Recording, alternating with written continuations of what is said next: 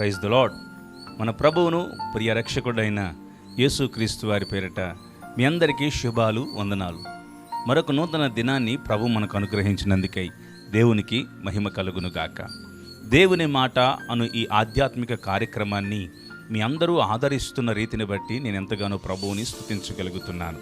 Phone calls ద్వారా, messages ద్వారా మీరు తెలియపరుస్తున్న సమాచారాన్ని బట్టి, మీరు ఆదరింపబడి బలపడుతున్న రీతిని మాకు తెలియపరిచిన విధానంలో నేను ఎంతగానో ప్రభువుని స్తుతించగలుగుతున్నాను.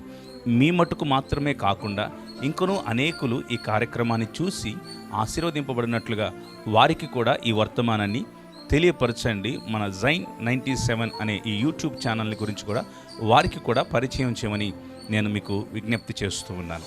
రండి, నేటికాల వాక్య ధ్యానంలోనికి మనం వెళదాం. యెషయా గ్రంథము 1వ అధ్యాయము 19వ వచనం మనం ధ్యానం చేస్తే, మీరు సమ్మతించి నా మాట వినిన ఎడల మీరు భూమి యొక్క మంచి పదార్థములను అనుభవింతురు. దేవుడు అంటున్నాడు, మీరు సమ్మతించి నా మాట వినిన ఎడల మీరు భూమి యొక్క మంచి పదార్థాలను అనుభవిస్తారు.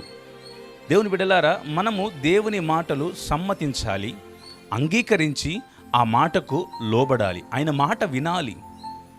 స్వప్రయోజనాల కొరకు మనుషులు చెప్పే మాటలు మనం వింటాం, కానీ దేవుని మాట వినం. దేవుని మాట ఎందరైతే వింటారో, దేవుని మాటకు ఎందరైతే అంగీకరిస్తారో, దేవుని మాటకు ఎందరైతే లోబడతారో వారు భూమి మీద మంచి పదార్థాలను అనుభవిస్తారు, అనగా మంచి జీవితాన్ని వారు పొందుకుంటారు. దేవుని బిడ్డలారా, ప్రభు పలు రీతులుగా మనతో మాట్లాడుతూ ఉంటాడు.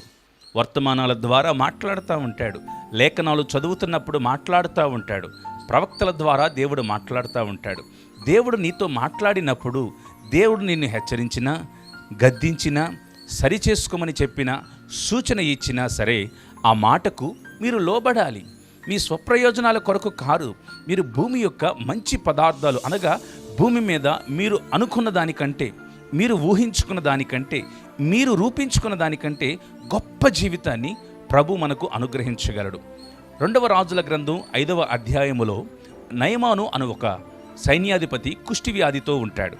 ఈ కుష్ఠవ్యాధితో ఉన్న ఇతనికి దైవజనుడైన ఎలీషాని గురించి తెలిసినప్పుడు అతడు ఎలీషా యొద్దకు వెళ్ళి ప్రార్థన చేయమని అడుగుతాడు. అప్పుడు దైవజనుడైన ఎలీషా గారు ఇలా అంటారు, నీవు యోర్దాను నదిలోనికి వెళ్ళి 7 మార్లు స్నానము చేస్తే నీవు శుద్ధుడవుతావు, మరలా నీవు బాగుపడతావన్నప్పుడు నయమానుకు కోపం వస్తుంది.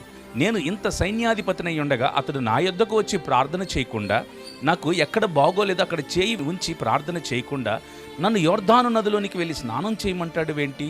నా ప్రాంతంలో, నా సిరియా దేశంలో ఏమాత్రము నదులు లేవా అని కోపగించుకొని వెళ్ళిపోతుంటే నయమాను యొద్ద పనివాడు ఇలా అంటాడు, అయ్యా, అతడు నిన్ను వేరే ఏ గొప్ప కార్యము చేయమనలేదు కదా, తన మాట విని స్నానం మాత్రం చేయమన్నాడు కదా యోర్దాను నదిలో, వెళదాం పదండి అన్నప్పుడు నయమాను యోర్దాను నదిలో 7 సార్లు స్నానము చేయగానే అతనికి పసిపిల్లల దేహం వచ్చినట్లుగా 2వ రాజుల గ్రంథం 5వ అధ్యాయంలో మనం చూస్తాం. ఎప్పుడైతే నయమాను దైవజనుని మాట దేవుని మాటగా విని ఆ పని జరిగించాడో నయమాను జీవితం మారిపోయింది. అవమానము, దుఃఖము, వేదన, బాధ అంతా తొలగిపోయి ఇప్పుడు నయమాను మరొక కొత్త జీవితాన్ని పొందుకోగలిగాడు. కారణం ఏంటో తెలుసా? అతడు దైవజనుడు చెప్పిన మాటకు లోబడ్డాడు. అది దేవుని మాటగా. దేవుని బిడ్డలారా, నయమాను గాని వెనకకి వెళ్ళిపోయి ఉంటే ఆ మాటకు లోబడక మరెప్పటికనీ శుద్ధుడయ్యేవాడు కాదు. అదే ప్రకారం నేను కూడా ఈ పగటి వేళ మీకు తెలియపరుస్తున్నది ఏంటంటే, దేవుడు మీకేమి చెప్పాడు దానిని వినండి, పరిశుద్ధులై ఉండండి, లోకానికి వేరే బ్రతకండి. దేవుడు మాటకు మీరు లోబడినట్లయితే ఖచ్చితంగా మీ జీవితాలు కూడా నూతనమైన మార్గాలలో నడిపిస్తాడు. నయమానుని స్వస్థపరిచిన దేవుడు, నయమాను జీవితాన్ని మార్చిన దేవుడు, కుష్ఠవ్యాధిగా అవమానానికి, హేళనకు ఇదిగో ఉన్నటువంటి వ్యక్తిని ఈరోజు ఘనతకు కూర్చోబెట్టి ఉన్నాడు. కాబట్టి నిన్ను కూడా ఘనతకు, ఉన్నతమైన స్థితిలో ఆయన నిలబెట్టాలి అంటే సమ్మతించి దేవుని మాట వినండి, సమ్మతించి దేవుని మాట అంగీకరించండి. ఒక్కొక్కసారి దేవుడు నీకు చెప్పేది కష్టంగా అనిపించిన, అయిష్టంగా అనిపించిన, అది దేవుడు చెప్పాడు. ఎందుకని అంటే మీరు భూమి మీద మంచి పదార్థాలు అనుభవిస్తారు. మీరు రుచి చూడని, మీరు అనుకొనని మార్గాలలో విధానాలలో ప్రభు మిమ్మల్ని నడిపిస్తాడు గనక మీరు రుచి చూడని ఆ నూతన మార్గాల్లో పయనించినట్లుగా మీ జీవితము అద్భుతకరంగా మారునట్లుగా దేవుని మాటకు లోబడాలని, దేవునికి విధేయులై బ్రతకాలని తెలియపరుస్తూ ఈ మాటలు ముగిస్తున్నాను. ప్రభు మిమ్మల్ని దీవించునుగాక. నాతో కలిసి తలలు వంచి కండ్లు మూసుకొనండి.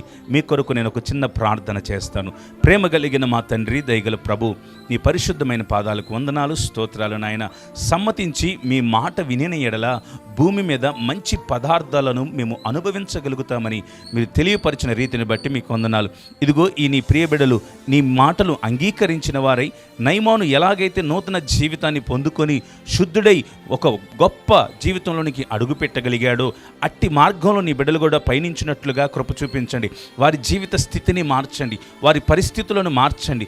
మీ మాటకు లోబడి మీరు చెప్పిన దానికి విధేయులై మీకు నమస్కరించి ముందుకు కొనసాగగలిగిన కృపని బిడ్డలకు దయచేయమని అయ్యా. ఈ వీడియోస్లో ఎంతమంది ఏకీభవించి వింటున్నారో వీళ్ళందరినీ దీవించండి. వారి కుటుంబాల్లో గొప్ప కార్యాలను మీరే జరిగించమని యేసు క్రీస్తు వారి పేరిట ప్రార్థిస్తూ వినయముతో వేడుకుంటున్నాం మా తండ్రి, ఆమెన్. మంచిది ప్రియ దేవుని బిడ్డలారా, మా జైన్ 97 అనే ఈ యూట్యూబ్ ఛానల్ని సబ్స్క్రైబ్ చేసుకోండి. ఇంకనూ అనేకులకు తెలియపరచండి. ఈ ఆధ్యాత్మిక కార్యక్రమాలు మీకు దీవెనకరంగా ఉన్నట్లయితే మా కొరకు, మా పరిచర్య కొరకు కూడా మీ అనుదిన ప్రార్థనలో జ్ఞాపకం చేసుకోండి. దేవుడు మిమ్మల్ని దీవించునుగాక. ఆమెన్.